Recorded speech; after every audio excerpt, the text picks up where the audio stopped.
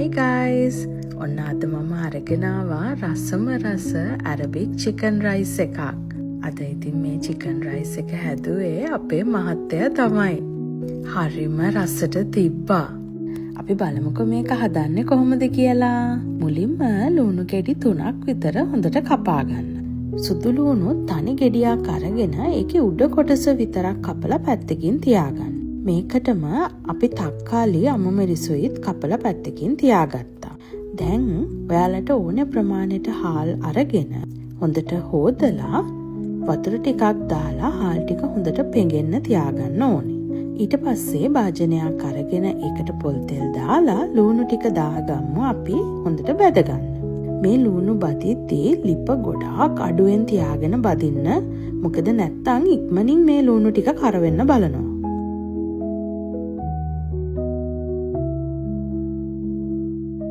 මෙන්න මේ ගානට තමයි ලුණු ටික බැදෙන්න ඕනේ. දැන් ලිප ගොඩාක් අඩු කරගන්න නැත්තම් ලුණු ටික කර වෙයි. දැන් අපි මේකට සුදු ලුණු එකතු කරගෙන තව කුරුඳු පොත්තක්, ස්ටානීස්, bay leaves, එහෙමත් නැත්තම් කුරුඳු කොළ සහ සේර කෑල්ලක් එකතු කරගන්නවා.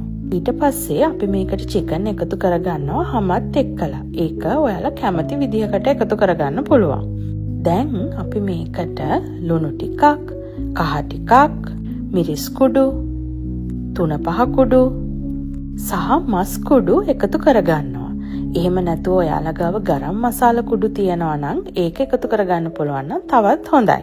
මේකට අපි අර කපාගත්තු තක්කාලි අමුමිරිසුයි එකතු කරගත්තා. දැන් හොඳට කලවම් කරලා මේ chicken එක ටිකක් වැහෙන ගානට වතුර ටිකක් දාලා හොඳට මේ chicken එක උයා ගන්නයි තියෙන්නේ.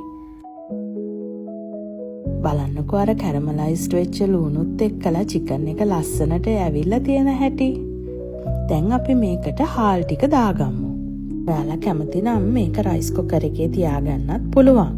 අපි ඉතින් ලිපේම තියාගෙන හදාගත්තා. හාල් වැහෙන ගානට වතුර ටික තියලා ඔයාලට අවශ්‍ය ප්‍රමාණයට ලුණු ටිකක් දාලා මේ බත ඉදව ගන්නයි තියෙන්නේ.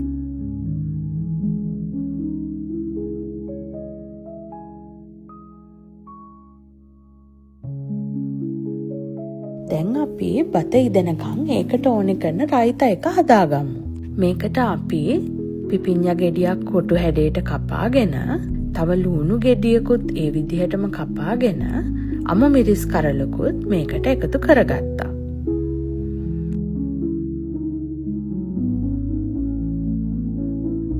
දැන් අපි මේකට ගම්මිරිස් ටිකක්, සීනි ටිකක් සහ කර්ඩ් දාගෙන හොඳට කලවම් කරගන්නවා. මේක හදාගෙන ෆ්‍රිජ් එකේ දාලා තියාගන්න ඔයාලට රයිස් එක හැදුනයින් පස්සේ ඒකත් එක්ක කනකම්. ඔන්න අපේ බත දැන් හැදිලා ඉවරයි. බලන්නකො මේකේ ලස්සන පුදුම සුවඳක් තියෙන්නේ. ඒ වගේම තමයි රස. මේකට රයිතා එකත් එකතු වුණාම කියලා වැඩක් නෑ ඉතින්. මේ බත හදන්න හරිම ලේසි. පුංචි දේවල් ටිකක් විතරයි ඔයාලට ඕනේ. මේ රෙසිපි එක ඇත්තටම අපි මුලින් දැක්කේ TikTok page එකක් කරන cook like Shehan කියන page එකෙන්. ඒ වගේම හරිම රසට මේ බත් එක ආවා. ඔයාලත් හදලා බලලා කියන්නකො කොහොමද කියලා. එහෙනම් තවත් රෙසිපි එකකින් අපි හම්බෙමු.